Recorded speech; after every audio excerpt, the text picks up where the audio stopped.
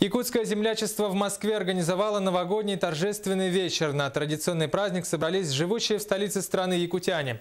Среди них ветераны, работники разных сфер деятельности и молодые специалисты. Поздравить земляков приехал президент республики Егор Борисов. В ходе торжества были подведены итоги уходящего года и вручены благодарственные письма. По доброй традиции состоялось вручение награды «Якутянин года». Премию присвоили врачу-хирургу Александру Амосову за высокий образец человеколюбия, сердечное участие и деятельную и бескорыстную помощь людям. Для меня это очень приятно, и подарок очень волнительный. И это означает для меня то, что